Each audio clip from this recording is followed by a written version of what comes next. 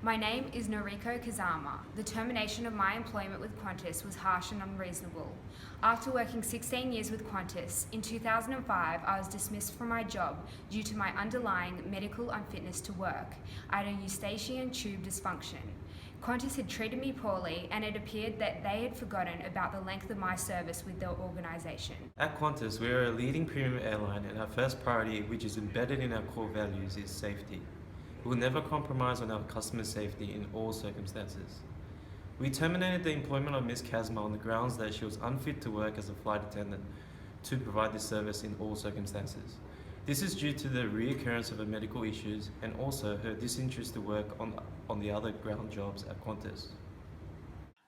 Commissioner, my decision stands to prevent Ms. Kazama from returning to her previous position as an international flight attendant. I do not believe that Ms. Kazama is fit to return to her normal duties as a flight attendant, as the risk of reoccurrence of her medical condition is too high. I have suggested, however, the possibility of seeking work elsewhere in the organisation, provided that it is on the ground. Qantas has a duty of care to ensure our employees do not participate in activities that in any way will impact negatively on their well-being. Commissioner, I find that the Qantas doctor has no ear, nose or throat expertise. Their qualifications in aviation medicine and OH&S do not persuade me. With the medical evidence before me, Ms. Kazama is no more or less likely to suffer eustachian tube dysfunction than any other flight attendant. The risk of reoccurrence cannot provide any reasonable justification for her termination.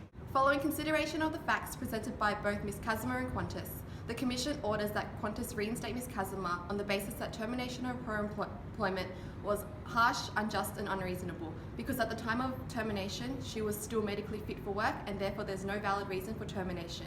Furthermore, she was not provided with the correct medical reports at the time of termination, and therefore this inhibited her ability to respond to the allegations, and thus she will now resume work as normal on international flights.